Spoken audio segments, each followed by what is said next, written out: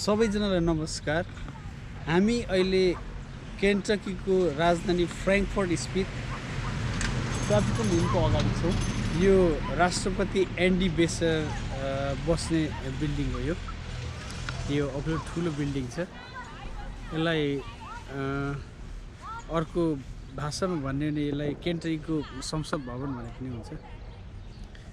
यहाँ लगभग हामीले यहाँ सोध्दा थाहा भएअनुसार 1700 भन्दा बढी झन्डाहरू छन् भन्ने अनुमान गरिएको छ। हामी आज जुलाई 4 1976 जुलाई 4 मा अमेरिका स्वतन्त्र भएको यो विशेष दिनमा आज छुट्टी हो। त्यसैले बेलुका यसो फ्र्याङ्कफर्ट को यो संसद भवन वरिपरि राष्ट्रपति भवन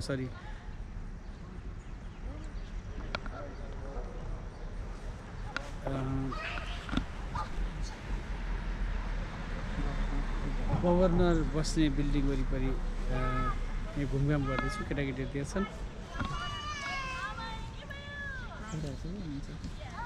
हामी सब परिवार आएको छौँ। हामी 4 परिवार यहाँ छौँ आज।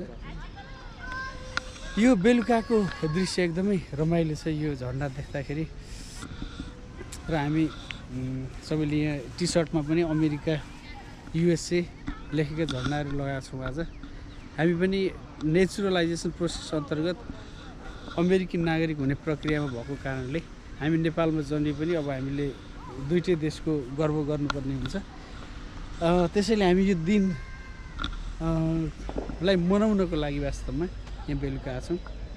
एकदम रमाइलो भइरहेछ।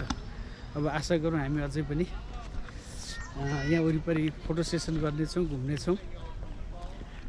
यहाँ हाम्रा परिवार केटाकेटी मित्रहरू हुनुहुन्छ। यहाँ एउटा इङ्ग्लिस म्यान छ। यहाँ उसले सबै कुरा बताइरहेको छ। उसलाई नेपालको बारे राम्रो थाहा रहेछ। Yes please go ahead. Sasank, you okay? Photo खिच्दैछ नि बाबा। फोटो खिच्न बसेको छ त। Ruby and सानी पुन्टु यहाँ छ है। पुन्टु यहाँ छ है। विपिन यहाँ। ए हामी साथीहरू यहाँ छौँ केटाकेटी। मेमोरी यही।